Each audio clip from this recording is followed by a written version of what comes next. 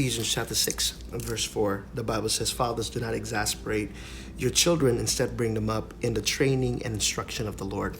I think it's very important for us to understand that in order for us to find rest in the presence of God, we have to know what exists in the presence of God. And the presence of God is the perfect love. And in the presence of perfect love, no fear can remain. And that is so powerful, because when no fear remains, then what we build upon that is the culture of honor. And in the culture of honor, you cannot separate honor from the principle of authority and submission. God created the whole entire universe based on this principle of authority and submission.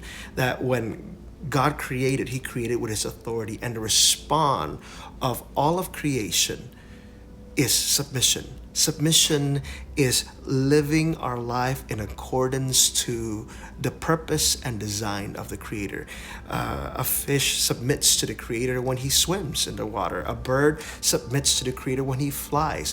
A human submits to the Creator when he loves.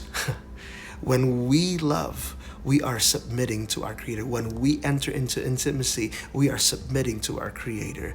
When we live in love and honor of one another, we are right now submitting to our Creator God.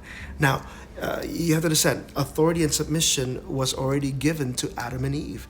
God was the perfect authority, and in the perfect authority, the moment you submit to that authority, you receive whatever that authority carries.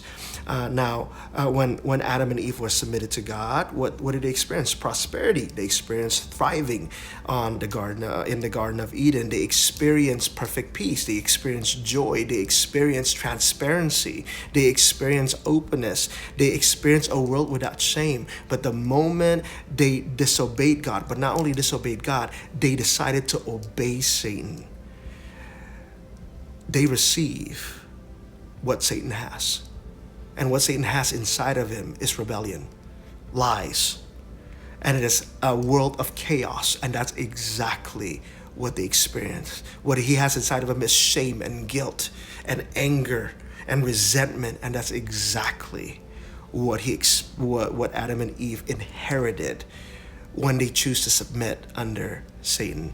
And so here's Jesus. He came to redeem and bring us back not only the perfect picture of submission, as he lived a perfect life of submission to his Father in the heaven, but also on the earth.